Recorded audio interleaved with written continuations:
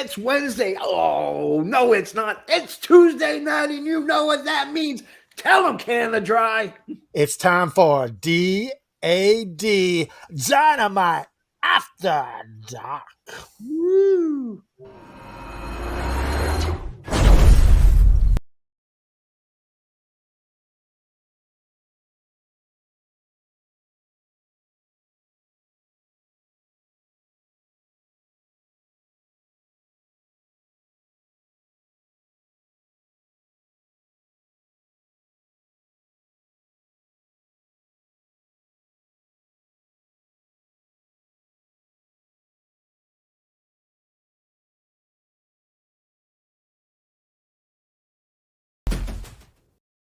Stupid interns hit the wrong one. We got a new intro, damn it. Woo! Oh, that wasn't it. That was it. That was the new intro. Oh, okay. Yeah, I well, like it. Nice It's like, until we revise it. I honestly said that this was going to be the week that I said every time you always say intern hit the music, I was like, there's no music. I was going to say it. I was ready, and you played me.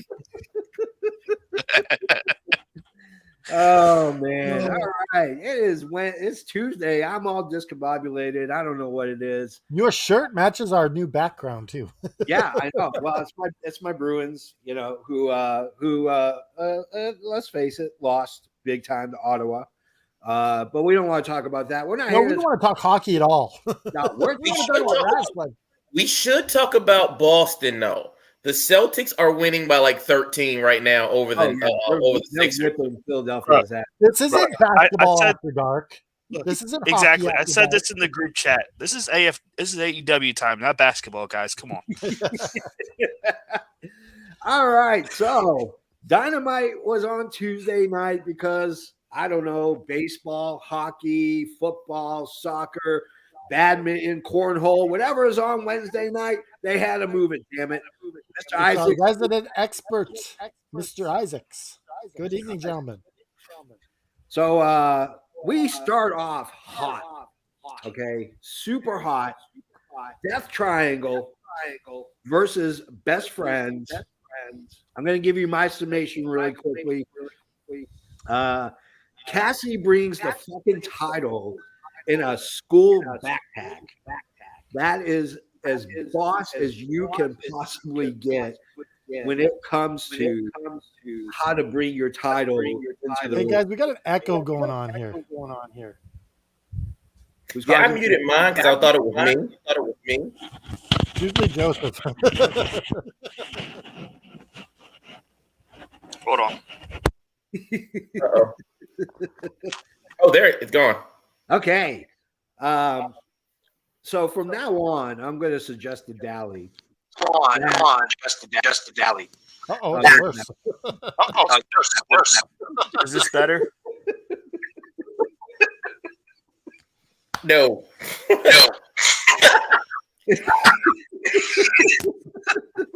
This feels like a Pokemon attack. Pokemon attack in the future. Yeah. Yeah. So Joe Graham. Put your headphones back in.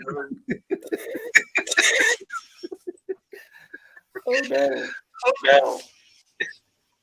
Does that fix it? Does that fix it? Nope. Nope. Welcome to the 2-hour version of Dynamite After Dark. Okay, so anyways, This is a simulcast with Dynamite after NXT. we got we've crossed parallel universes in which we have both of us are running about 5 seconds apart from each other. I'm not sure who this is saying, come on, Joe.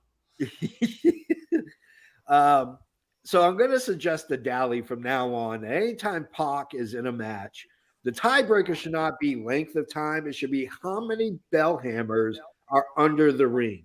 Okay, that's the new tiebreaker. It's a good tiebreaker. Like he uses the hammer. Like oh yeah, he's a hammering man. He's like he's like the hammer more than the MC Hammer. Like William Regal with the brass knuckles. Yeah, you know, I mean that's his. They That's have to now put this in the video game. You know, it's okay. We're only at 5 minutes, and we didn't do our intro. So, We did echoes instead of intros, so Yeah, we did echoes instead of intros. No, that was a parallel dimension. We've already established that it's canon now. Nobody can change it. that's right. Literally, there's an alternate. There's an alternate BFJ right now talking about who Roxanne Perez is about to fight. Lucha Bros were killing it. Yes. I love the Joker ring gear. Finally, we got Orange and Pac. I thought they were going to be the ones that started the match. They didn't. That triangle was really aggressive. Here's the thing. My wife is from Murray, Kentucky, which is this small little town in Kentucky.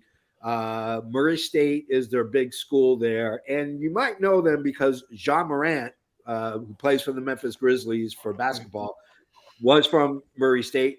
That's where Chuck Taylor is from. Chucky Taylor is from Murray, Kentucky. And he was wrestling like he was on vacation. I've never seen him so lackadaisical in the ring. He had absolutely no effect into it at all. He was just missing something.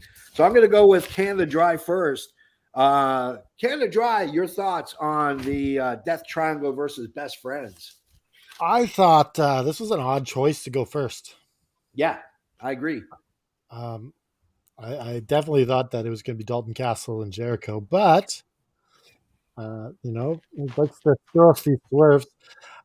Did you know that one of Dollywood's major crushes is Chuck Taylor? Really? It's an odd choice, right? I like to speak to Dolly right now when I say, "What's up with that?" What's up with that? That could be one of our things. What's up with that?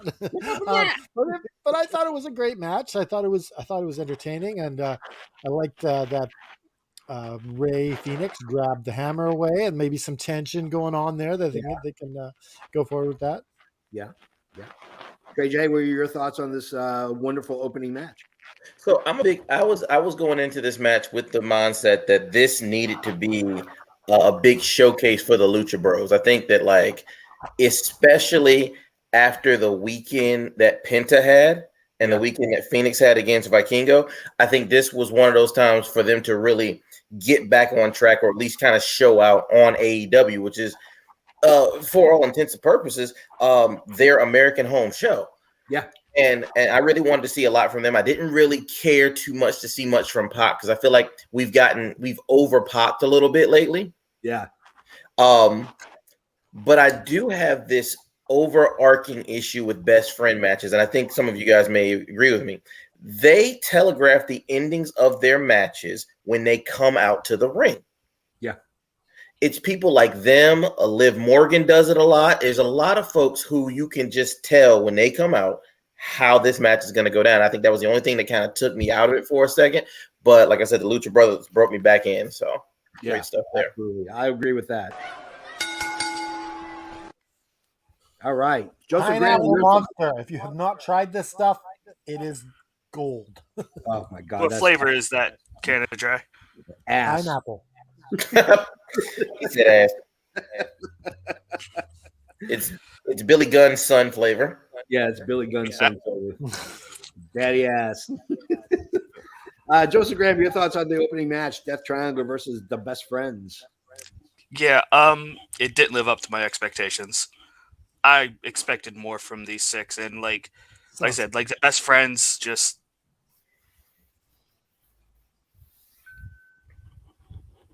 Can you hear me? Am I okay? No, I'm not shaking at you. I was shaking, I was I was going along with your answer. I was ad-libbing. Sorry. Oh yeah. So yeah, like I don't know. I really didn't get into the match. Yeah. Like, I don't know. So I think it's just I'm oversaturated of the Best Friends versus Death Triangle. Yeah. Sort of ready for between them. Yeah. I completely agree with that. That gets a bell. I mean, it was off to shut up. It was just a I mean, when you have such a unique opportunity to showcase your product outside of when it's Tuesday, you should have started with a banger of a match, and it really should have been Jericho versus Dalton Castle. That should have been the match that started it. So we get a video package next. Paige and Mox, we won't go into it. Hayter and Britt do their promo. They're talking about that they're gonna they're gonna do this, they're gonna do that. It was a decent promo. It wasn't that drop dead amazingly awesome. George Penny says, for me, the best friends just do the same thing in every match. They're in and it's kind of boring. Yeah, I mean, you're right. Yeah. Everyone check Tyler Turva from AEW Dark Tech. Well, I have to watch it because I don't watch Dark. I don't know why. I think it's just too much wrestling.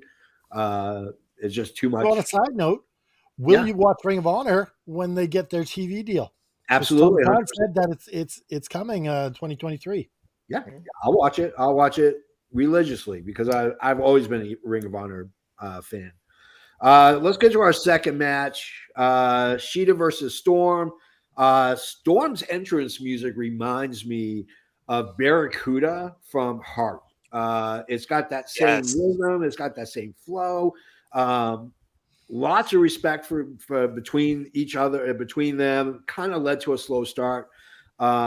They really needed to have gone out and try to kill each other. That would have sold that match for me solid. Things start picking up. I'll share the rest of my thoughts on this match. Let's not get to the ending just yet. So, Joseph Graham, your thoughts on Sheeta versus Storm? So we're leaving out the schmaz at the end. Yeah, we're gonna leave the schmaz out. Yeah, I got that. No, so the first thing is I like that they had some pictures from over the last couple years around the world. Like, it sort of helped sell the match. But I mean, it was okay to good. Like, it felt like it never hit that final gear that it needed to. Yeah, totally agree. It's 1000% Barracuda. Yeah, I mean, it sounds just like it. I mean, I always get disappointed because in her music because then it just goes off on some weird thing that I'm really not into. So. Yeah, exactly. Trey J, your thoughts on this women's match? I think, and I know I'm probably gonna get slaughtered for this by my friends, but I'm like, Sheeta is so much better than Toni Storm. Like, it was beyond evident. Like, this was one of those matches where you watch it and it's like, once again, the wrong kid died. Yeah. And I mean, not even talking about like everything that happened, like with the whole ending and everything. But I mean, this was a match that Sheeta dominated pretty much from beginning to end. I mean, I think, other than the Storm Zero, you could count on one hand how many moves and like of sustained offense Toni Storm actually got. She seemed like she was a step behind and she was outclassed, and Sheeta stepped it up and showed like as a performer, not just as a wrestler, but as a full out performer, that she's better. And I actually hope that Tony Khan comes back around and gives her another title run, because I think now that she's used to American audiences, it's going to be better. Yeah, absolutely. Canada Dry. Well, No, go ahead, Joseph. Are you going to say? I'll say, like, I want to see her too, because literally her whole run was during the pandemic with no fans. Yep. Oh yeah, like she lost it at the pay-per-view where there was a big crowd, but other than that, like, she definitely deserves to have a run in front of everybody. Oh, beyond, absolutely. So with this match, I feel this was the best women's match in a very long time in AEW. Wow. They hadn't had anything that was actually entertaining enough for me to wow, you say, wow, you guys did a good job. Like, doesn't matter who carried it more, Sheeta or Toni Storm, but they both put on a great match. Because like when Bret Hart has matches, he carries the other guy too. So like you're gonna have one guy better. But I thought that they did a great match. I think they put on a great performance. And I think you might even agree with me. And this is going to be like one of those lightning strikes once a show thing here for me in Canada Dry. But the last great AEW women's match was Sheeta and Deeb. Yeah, I agree. Mm-hmm. Yeah. I mean, here's the problem. Singles Toni Storm doesn't have that killer instinct. She doesn't have the gas to go further than 5-10 minutes. Not a Britt Baker fan, eh, Thomas Garner?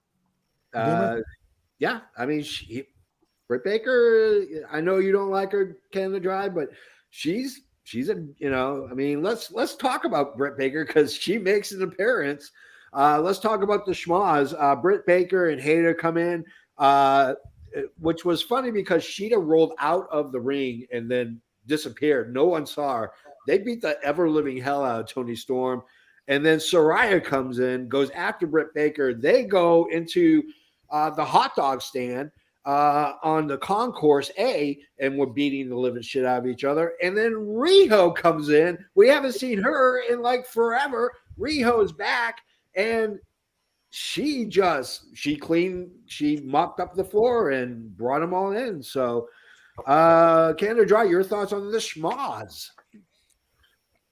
I like how they did this, but I think Sheeta could have remained a part of the part when Rio came in and maybe helped out, just like the three of them stood there together. But I get why they did it. They wanted to put the spotlight on Rio and not have Sheeta be like a distraction. So I get it. Okay. Trey J, your thoughts on the schmoz? Well, I think a lot of us were expecting Rosa to show up for this. Yeah. Rio, like I said, Rio's the first AEW Women's Champion, so definitely some historical there. Rio just don't do it for me, like as a wrestler. It's like, oh my God, it's Rio, and it's just like, chirp. You know what? Rio is low key sexy. I think she's sexy. Yeah, but she gets the crowd reaction like Bobby Fish. Whoa! I'm gonna start this early. That is a low blow on. I waited almost 17 minutes. I waited through the echoes, through the new intro, and I didn't make a Bobby Fish joke then. And I could have, because I could have made one about Chuck Taylor. Sweet little Riho, though. Come on. But come on now, Riho. Like everybody, when Riho first came out, it was like everybody heard the music. It was like there was like this weird pause. Yeah, they forgot who it was. Like there was a big, and I know this is gonna get me like some heat, but there was a bigger pop for the Creed 3 commercial. Yeah, there was a bigger pop for the Creed 3 commercial, and they didn't even show the commercial. They just told you there was a teaser. Yeah, and I feel like that's what Riho always is. When she pops in, she's a teaser. Yeah, absolutely. We know she's not really gonna win. We know she doesn't really have it. She doesn't really do it, but yeah. Yeah. Joseph Graham, your thoughts on the schmoz? Well, first off, Riho, I feel is more like my little sister more than anything else. So, and yeah, I was honestly like, I guess she hasn't healed yet, but I was waiting for Rosa to come back. Like, I'm ready for the interim title to go away. There needs to be. I didn't even know who you were talking about, Rosa. I'm like, who the hell's Rosa? That's how much she matters to me.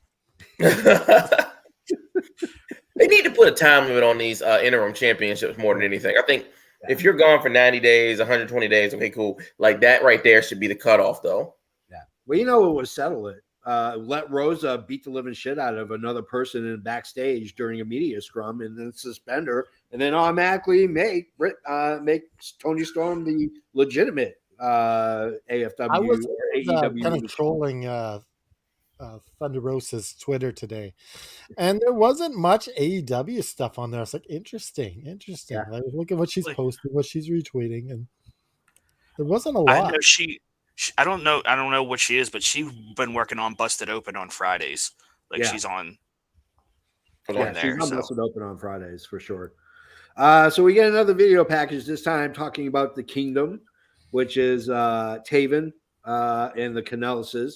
And then the War Joe comes on, and probably the most badass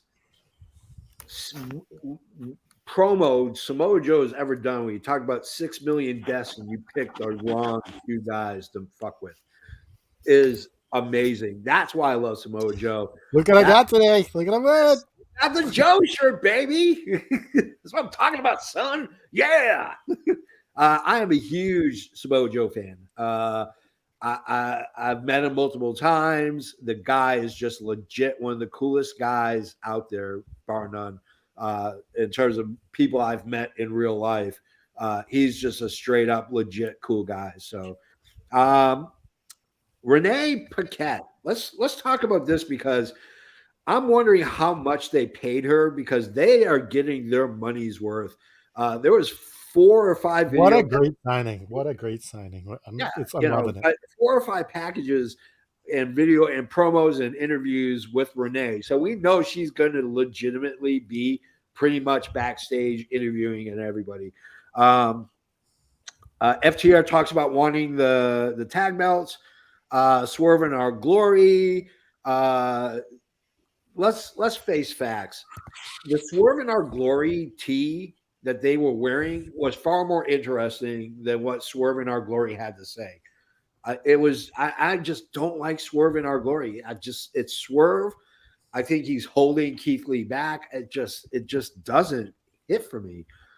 This tag team. Joseph Graham, your thoughts on the video package with FTR and Swerve in Our Glory?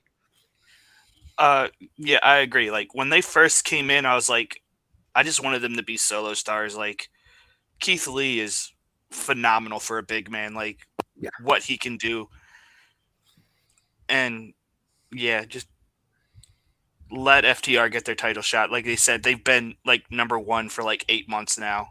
Yeah, it's just even if they don't win this one and there's some shenanigans because of Swerve in Our Glory, at least recognize it and let them have their shot. I agree totally. Canada Dry, your thoughts on the Swerve in Our Glory promo with FTR? Oh, I thought that whole segment was it wasn't bad, but it was good. I actually liked the Keith Lee and Swerve thing because it's setting up the dissension. Every little thing that sets up the dissension, and they're gonna have Swerve versus Keith Lee, and it's gonna be glorious. Yeah. Okay. Trey, your thoughts on the promo? So I want to step back to the Kingdom thing real quick. Yeah. Why does anybody else get the feeling that with all the ROH nostalgia we're going to see with Bobby Fish gone and a massive upgrade, like it's almost like a trade because he's in Impact and the Impact guys are here. Yeah. Do you feel like they're going to reunite the original Kingdom? I think so. I've been begging for this for months. Yeah. I've been literally speaking this into existence. So I got to ask you, Joe Graham. Matt Hardy, no Matt Hardy. No Matt Hardy. Just give me Adam Cole. Yeah, I just want the original. Just give me Matt Hardy, Taven. Well, Matt Hardy Bennett. was the original. Wasn't Matt Hardy the original? It was him and Cole first, and then it was Vincent, Kanellis, and Bennett, and then for some reason they added like Kyle O'Reilly like towards the end. Is that right? Maybe. I don't remember Matt Hardy being in the original. I'm almost certain the original was Cole, Taven, Bennett, and Maria. Yeah. Because I remember them going over to New Japan. Joe, you're forgetting someone. Your mom was in that faction. But no, like honestly, I say no to Matt Hardy because I'm curious to see what they're going on with Private Party and the Los Ingobernables faction. I want that story to play out first. Yeah. Well, they're with the firm now, right? Oh, that's right. They're with are they with the firm? Yeah, I thought it was. That was Matt Hardy. Okay. Yeah, you're right. They're all with Ethan Page. Yeah. What a shitty storyline. We can talk about that in a later. That's another show for another day.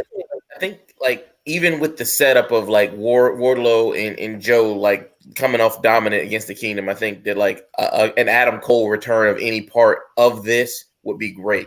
FTR is starting to sound a bit like a broken record. Oh, we want titles over here. We'll fight anybody. Da da da da.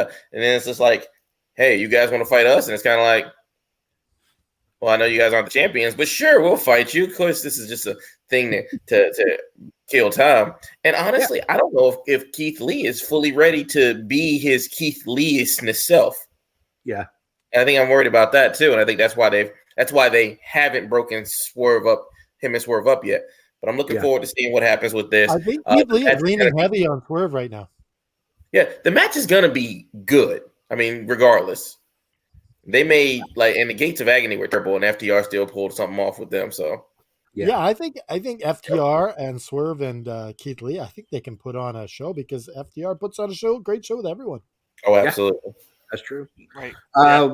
Yeah, we get a Lethal versus Darby Allin. Garage door closed on Allin, and then Lethal puts on the figure 4. Regal and Shivani. Wait, let's talk about this segment. Wasn't this a great segment? It was all right. What? I mean, it just didn't do I anything. love this segment. You felt his star power in this. Well, yeah, but it was Darby Allin again getting the living hell beaten out of him before He likes that. He likes it. No, I still, just want to know who the person is that knows Darby's weakness. That's what I hope gets paid off from this. Yeah, hopefully. We get Regal with Shivani. Cue the MJF music. Regal gets Nux out. MJF coming straight and coming hard. Calls Regal Will, which I thought was hilarious.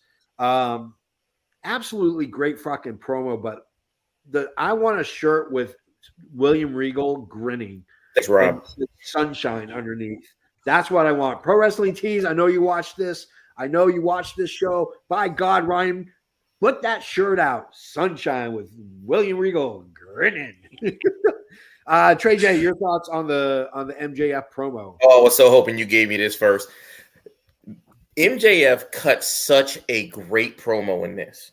Yeah. I mean, to the point where the crowd was against Regal. Yeah.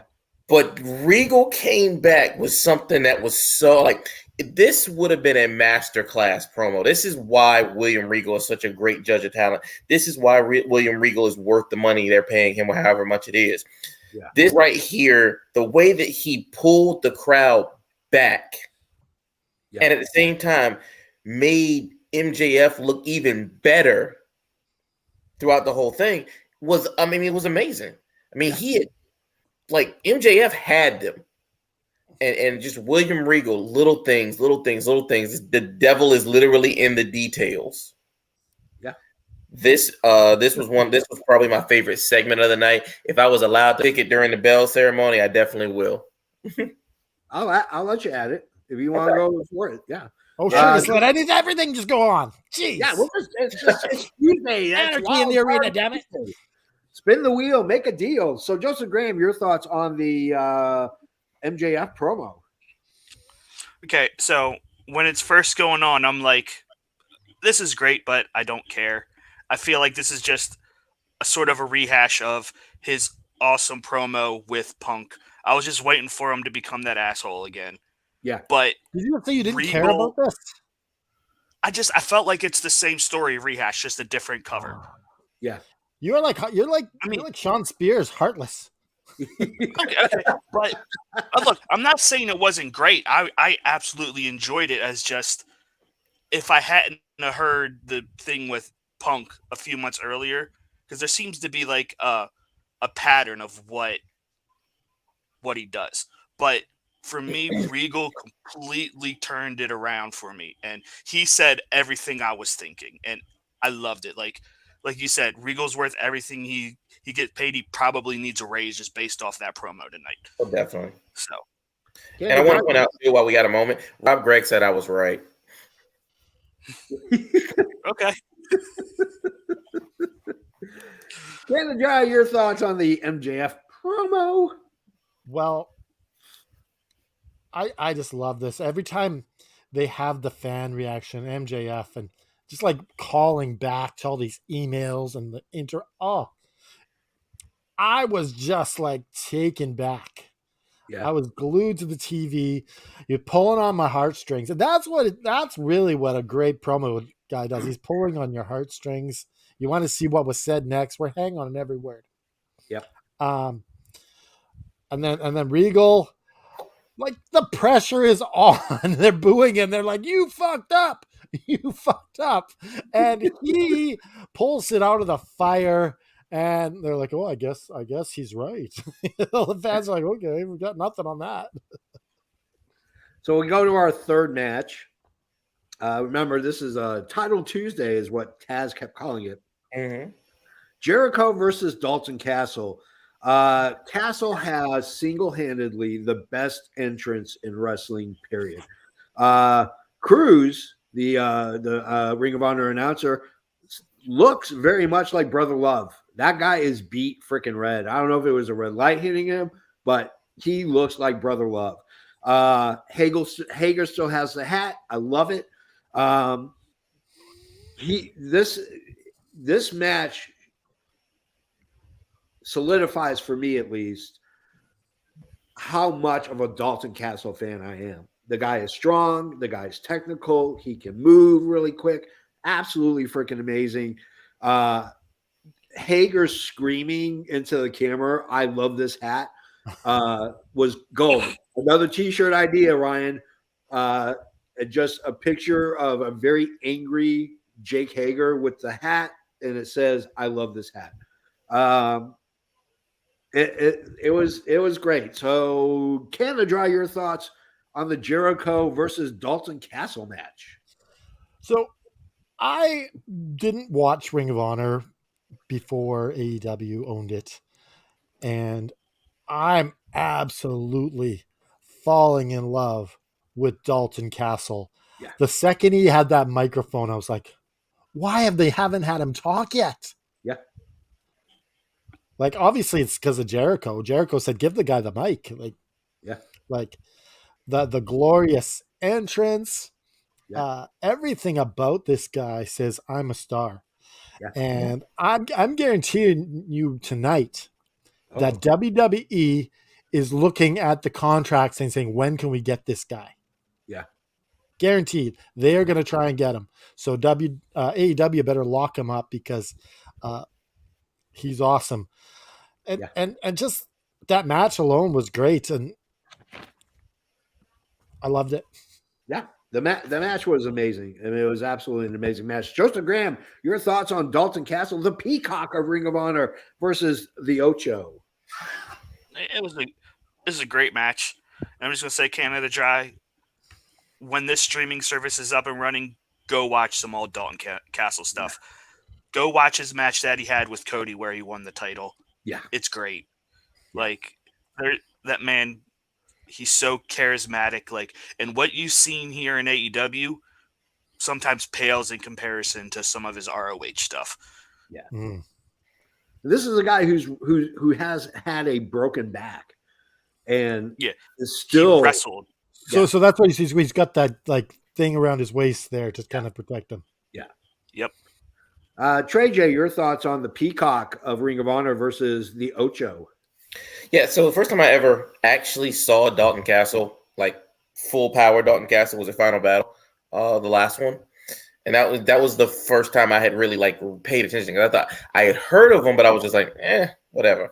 But I never took the time. And then I watched him, and I'm just like, this guy, for what it is, it's kind of like it's hard to really explain Dalton Castle. Like he's such like the perfect all arounder. Yeah. But at the same time, I mean, this guy can go, and it's just like, no offense to Gunther, but this guy is a ring general. Like, I mean, the way that you watch him kind of direct traffic, and especially with those trios title runs they had, it's, I mean, he controls the crowd, he controls the ring, he controls the pace, and a lot of that was on display here. There were people who went into this whole thing from Rampage and said, "Oh, Dalton Castle, I'm not taking this seriously. Why would I take this seriously? This guy's not in Jericho's league." And then you see him go, and it's like, "Oh, this guy can hang." Oh yeah. Yeah. This guy can hang. He can counter. What I think is very important is getting them on the mic, because if you don't care about their character, who cares who Jericho's wrestling? I think maybe Bandito was the exception, but he won me over the second he said, "You silly little goose." Like, what the? Who says that? I'm like, who the fuck is this guy? He's awesome. I think what makes this match so good was simply because the casual fan who follows Jericho, the guy who sits in his living room and is like, "Oh, I'm going to catch, because I like Jericho, I'm going to watch AEW." And Jericho allowed him to showcase Dalton Castle. He didn't have to make Dalton Castle look good. He doesn't need that. Dalton Castle is an amazing athlete.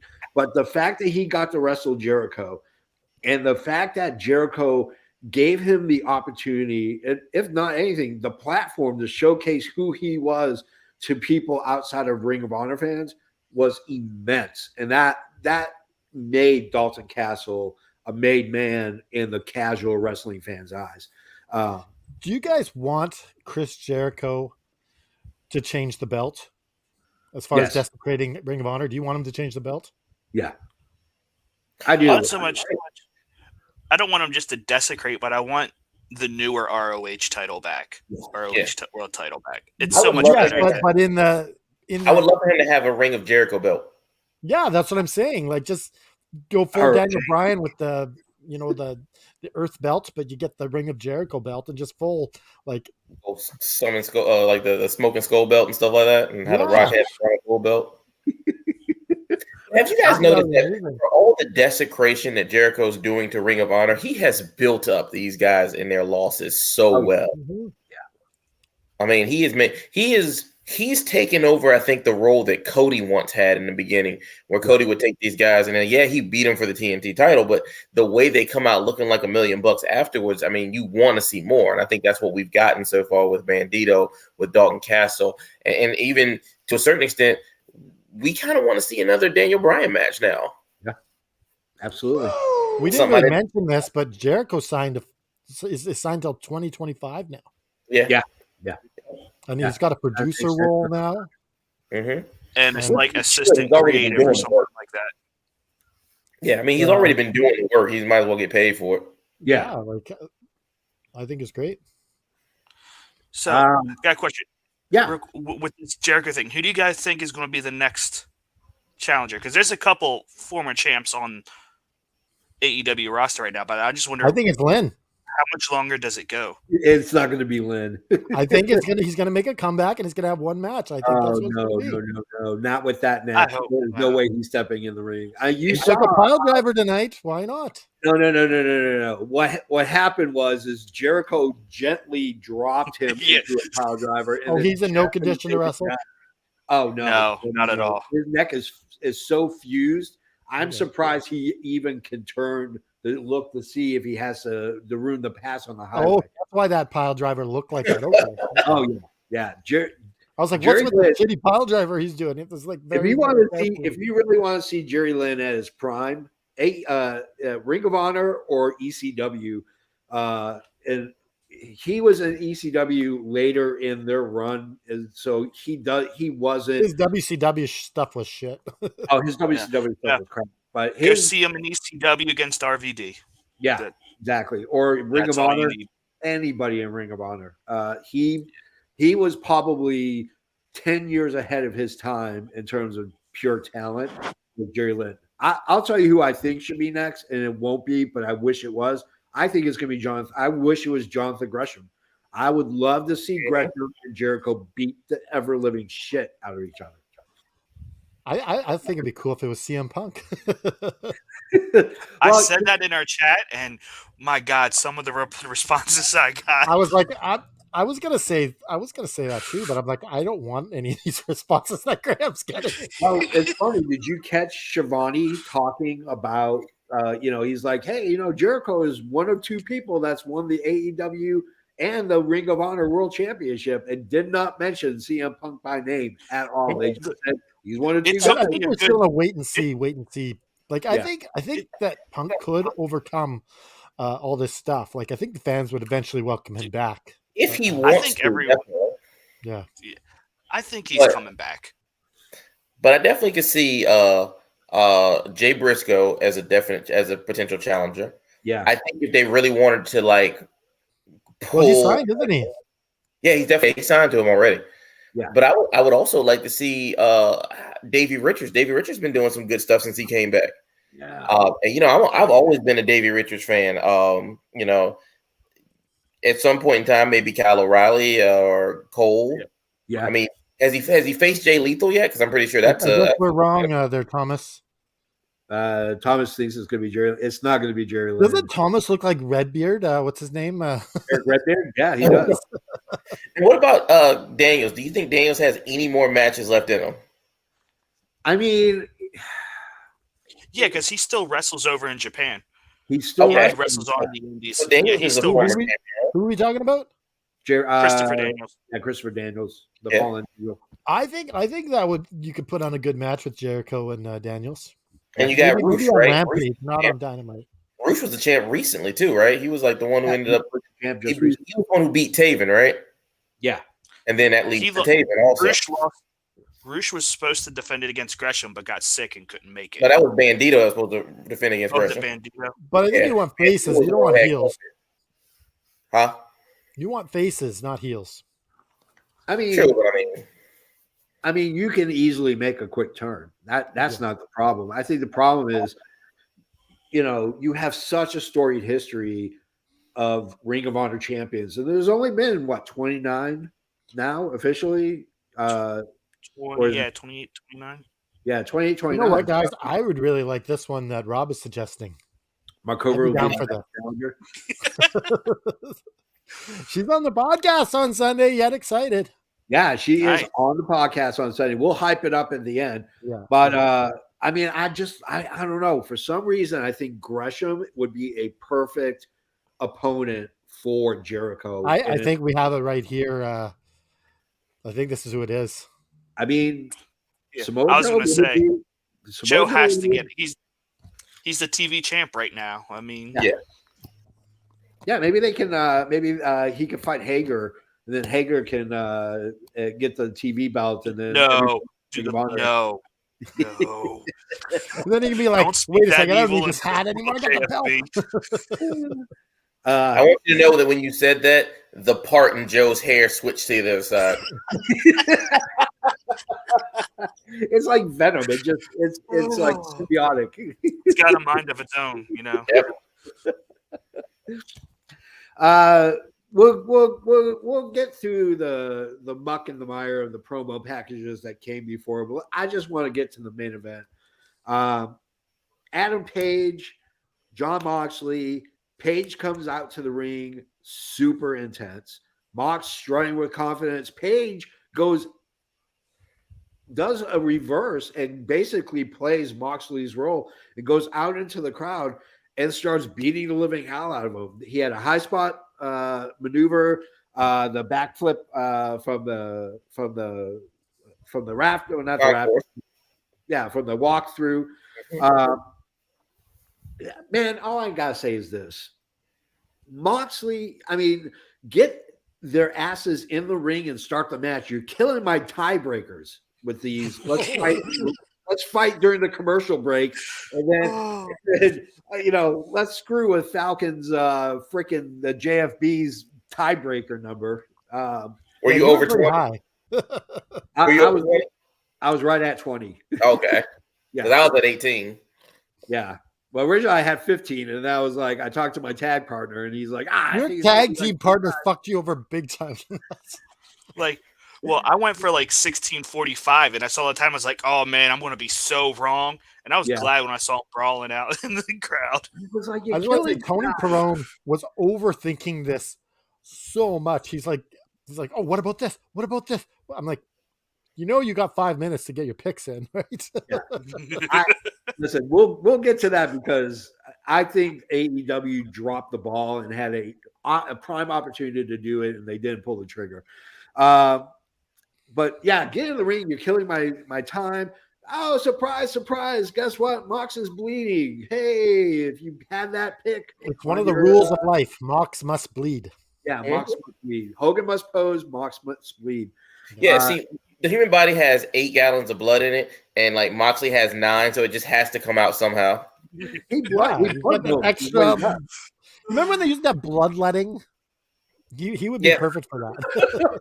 What the hell goes on in Canada? That's what the barber poles are for. They used to be for bloodletting. You would go to the barbers and you'd let the blood out. It's like healthy.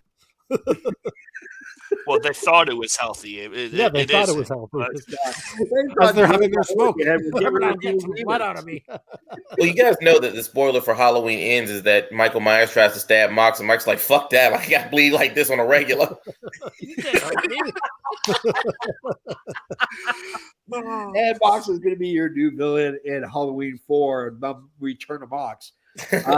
they beat the ever living shit out of each other. Literally. They had Tony Khan and AEW had 2 opportunities, and they dropped the ball. And I'll talk about the first one, and that is this match should have been commercial free. You should have just paid the money and had it commercial free. The fact that they went to picture in picture twice for a very anticipated world championship match is bullshit. It is worse than Bobby Fish. There you go, the Bobby Fish joke. Yeah. So we'll. If it's a Bobby Fish joke, then it has to be a senior moment. He just forgot. Yeah, exactly. So let's Canada Dry. Let's not go into the actual end yet. We'll talk about that. Yeah. What did you think about the match overall before the inevitable end? It's tough because I don't think it caught its full momentum. Like it felt like it was halfway over. Yeah.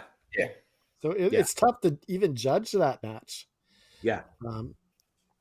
It was okay, but yeah. Joseph Graham, your thoughts on the match before the ending?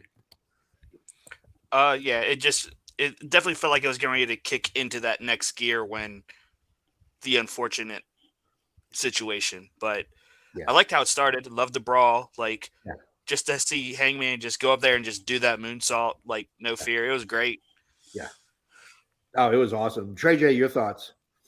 To me, this was the Hangman that we needed in the past 3 to 4 weeks of build up. Yeah. Like there was an intensity about him, like a physical intensity, not just a verbal, like a physical intensity about him that showed up. Like even just the way that he walked through the crowd, like he's walking through a Cincinnati crowd. Yeah. Fox his hometown, and he's just like, bro, we can, let's do this. Like I'm coming out to you. Like he walked through the crowd with his vest still on to start rumbling. Like that's the guy that that was the guy that I felt, not the guy with the Dolly Parton shirt, not the guy with the Golden Girl shirt, the guy that came out there ready to go. Had a Golden Girl shirt on before? Yeah. Pretty sure. That one. Yeah, he had a Golden Girl. Yeah, Stay Golden was one of the shirts. Yeah. I mean, let's talk about the end because I think the end. There's a lariat, the King Kong lariat that Mox gave to Hangman Page. I didn't see the replay. They didn't show it. I don't know. Oh, they didn't show it. Okay, no, there's no replay. Yeah, that's how you know it's real serious. Like no replay, not seeing the guy stretchered out. Like, yeah. The commentary team, like, what do we do? They look You have to have a contingency plan in case something happens, like an injury, somebody has a heart attack, Matt Menard strokes out during a promo. Do you remember when Buff Bagwell was going to be on our show and last minute we're like, you want to do a SummerSlam review show? And we pulled it out of our ass. We did.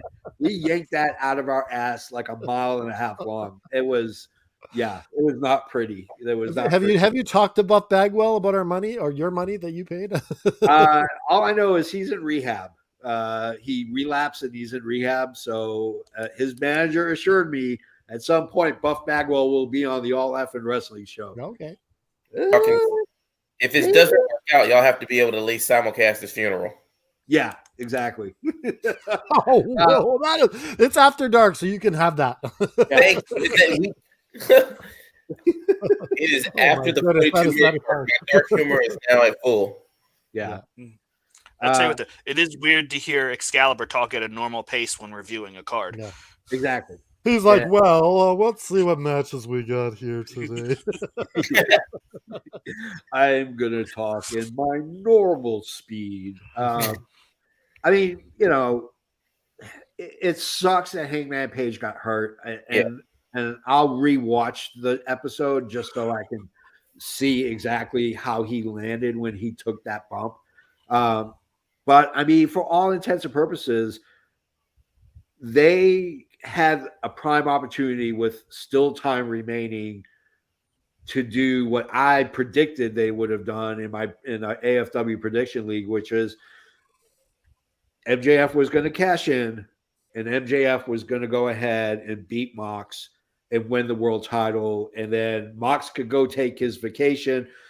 And to be honest with you, that could have been in the cards, and the Hangman Page injury is what threw our monkey wrench into it.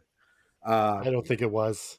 I think The whole gear was always. Yeah, No, I think that Regal promo earlier blatantly said he's not winning the title tonight. Yeah. They had. I think they made the right call. Honestly, JFB. I think they did. I think because they're turning him face, and the crowd loves him. They need that new face, and it's MJF. They realize they got the hot hand. Everyone loves MJF, so. Yeah, but MJF as a face is horrible. MJF as you don't even know yet. He hasn't even made the turn yet. And I don't like this MJF bullshit with him being a tweener. He is better as a heel, a shit heel. And Tony Khan could have pulled the Vince McMahon and just swerve the ever-living shit out of everybody. I'm tired of Tony swerving us, so don't encourage him. Unless Tony's getting in the ring, he don't need to swerve anything in this story. Yes, have MJF come in Cincinnati. What a heel move. What a heel booking move that would have been. That's a Vince McMahon booking, whether you like it or not. That would have been. I don't like Vince McMahon booking. Yeah, but how many times have you? I mean, there have been multiple times where a champ has lost in their own city, and it should have happened this time. Let's see what Trey J has to say about this. What Trey do you think? What are your thoughts on the what I call the dropping of the balls to make an alto into a full tenor? The thing about this was that once Regal came out first, you knew that like the whole like cashing in out of the question. Yeah. What I think was most interesting though was that he gave Regal the chip. Yeah. Like to me, that's character development, and I'll take character development over like the quick swerve any day. Yep. As a whole, this would have been a bad time to cash in. Mox was bad, like Mox was bleeding, but he was like barely winded at all. Yeah. Like Joe said, the match did not kick into that third gear yet. It wasn't. It was about to kind of hit that last like 8-minute stretch climax. Yeah. At least that's what I think was going to happen. MJF, I think, was always set for full gear, especially given the fact that it's a week before Survivor Series. Why waste it? I didn't think Moxley was going on his vacation, at least not right now, because they just started bringing Renee out there. And it's like, if Moxley was on his vacation and Renee's still here, what's the point? Yeah, exactly. So it's a, it's a bit of a, that's your real name. Sour grapes on the JFB's part, okay? just a little bit. It was the time limit of the match, and then it's blame Tony Perone. I'm going to blame my tag partner for the 20-minute conversation I had with her where he tipped. I'm hard to convince. Once I've made up my mind, it's pretty much made. And that man, he's a silver tongue. I tell you, when I disagree with you on something about the podcast, I have to really, really, really talk you into it. Yeah, you do. I'm like, seriously, just trust me on this. Yeah. Oh, it's been times that I've told Aaron some things, and I was like, man, you got to get JFB to change this, because it was something with the top 10 biggest moments in wrestling. I had said something to Aaron, and he was like, yeah. He's like, yeah, James is pretty set in stone on this one. I said, all right. That's true. Yeah. I'm like, sorry, man. JFB is that arm out of the socket and like, with I had to fight with him to get certain things on that list, and like adding your stuff on the list. Yeah, right. Yeah. Yeah. That was back when you guys didn't know me as well. That's the crazy part. Oh man, yeah. I'm set in my ways, but Bullet 2 Tony is the silver tongue devil. I mean, that guy just Let's get Joseph Graham's thoughts on that first. Yeah, Joseph Graham, what are your thoughts on the MJF supposed cash in for a full gear? So I'm surprised because JFB, you and me are usually on the same page, but I think this was the right call. Like the character development of MJF since he's been back has been on another level. Yeah. And you could definitely see like he wants to prove it looks like he wants to prove to himself more than anyone that he's worthy of this title. Yeah. And honestly, the MJF of 6 months ago in that Punk feud, wouldn't have cared. He would have been like, just give me the damn title. Yeah. And it's great to see because that is like in modern wrestling, what is missing is just true character development. Yeah. So. Absolutely. Like I said, it sounds great on my part. So I think it also begs the question. I think we got this like with the Lucifer series. Is the devil the bad guy? Yeah. No. And I think that's one of the things that like with this new devil character, it's kind of like, yeah, you're the devil, but like the devil, does he really make you do it, or is that something you were going to do all along? Now you got a scapegoat. It's like, JFB, here's what I think of your blaming Tony for all this. You know what? You just made the list. Oh no! Oh no! So cracks. But Trey, to respond to you, like you say, is he the bad guy? Like everyone is the hero of their own story, right? And I clearly believe that MJF thinks he's the hero, the savior that AEW needs. Mm-hmm. So. Which is funny because only a few weeks ago he was talking about taking the belt and then going to WWE with it. So, I mean, that's very interesting. Like that got dropped really quick, in the story. Yeah. Well, he did say the bidding war of 2024. He did mention that. Yeah. Yeah, but like he's not harping in on it. Like this is the first time he's mentioned. Like I don't recall him mentioning it last week. No, he didn't. Or like the week before. It's been a couple weeks since he's mentioned it. Yeah. JP, I have a request for you. Okay. Can you get Silly Little Goose on our background music there so we can play that on someone? Yeah. I need the Silly Little Goose on there. Somebody a Silly Little Goose once in a while. I laugh every time I hear that. That just cracks me up and I love it. It just brings me such joy. There we go. It's perfect for the show. Yeah. Absolutely.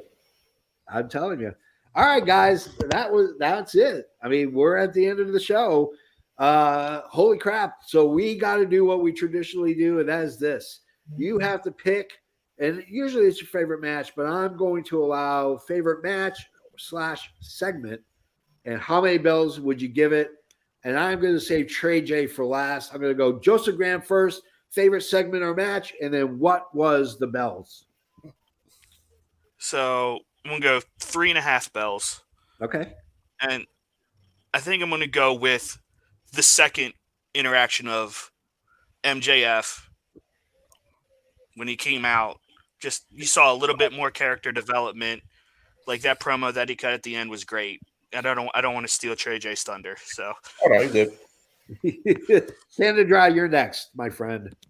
I'm going with Jericho and Dalton Castle because I feel this put Dalton Castle to the next level. It put him up a next tier.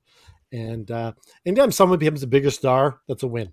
And I'm giving this 3.5 stars because of the injury to Paige. It kind of put a damper on the end of the show. Yeah. You know what? You just made the list. Oh, no. Here we go. Stars, not bells, you son of a bitch. Wow. It should be middle fingers. I'm gonna blame the Canadian pain medication that you're on because, of course, like beer, it is the pineapple monster. I'm hopped up on this shit. It's 10 times stronger than the Canadian. Trey J, your favorite segment or match, and then how many bells? Okay, start with the bells. 3.5 bells. Definitely the Page thing was definitely unfortunate. It does take away a little bit. Everything else, though, I think we've talked about so far has been great. The Dalton Castle match was fantastic, but I mean, the interaction between Regal and MJF, the fact that they give a promo like that a full quarter hour, it's amazing because it's a testament to these guys' work, the story build, and then what should be the eventual payoff. Like, as much as I hate to say it, because I hated this storyline in WWE, the Booker T Triple H face-off when Triple H said people like you don't become world champion. Like, that was what I got from this as far as like the emotion. And WWE dropped the ball. I don't think AEW will. I think the right person's going to win this, and it's going to make that whole story come full circle. Yep, absolutely. I'm going to go with the Dalton Castle versus Jericho match. I think, in all honesty, that could very well go down as match of the year. It was that fantastic of a match. It showcased Dalton Castle to a whole different audience, and that's hugely important, especially when he's not, with his broken back. We don't know how much longer he's got career-wise. So what a great way to be showcased. I mean, that's a diamond just right there. I'm going to go 3.5 bells.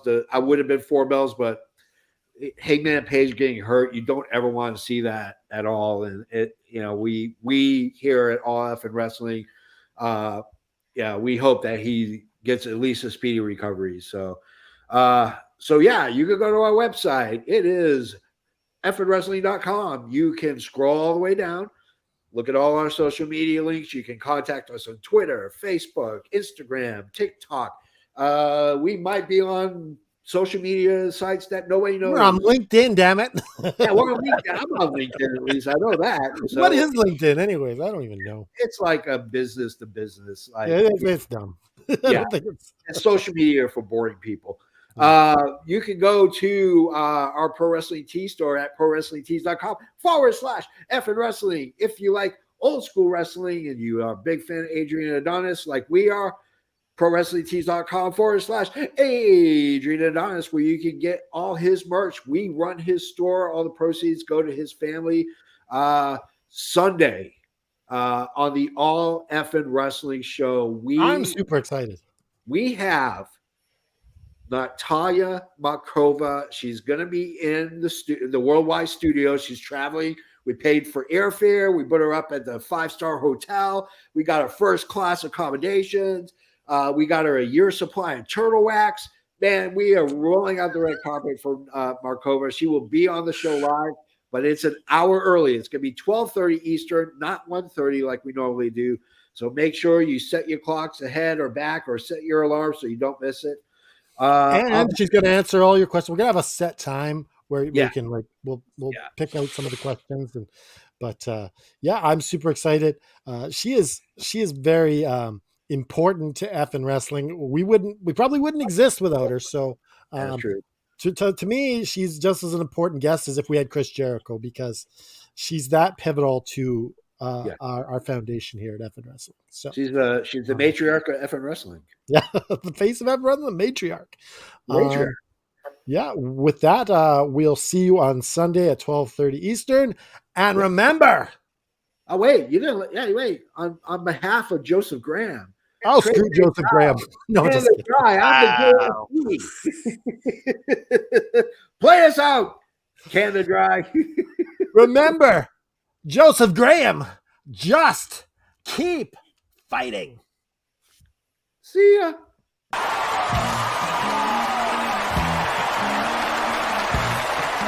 This has been an effing worldwide media production.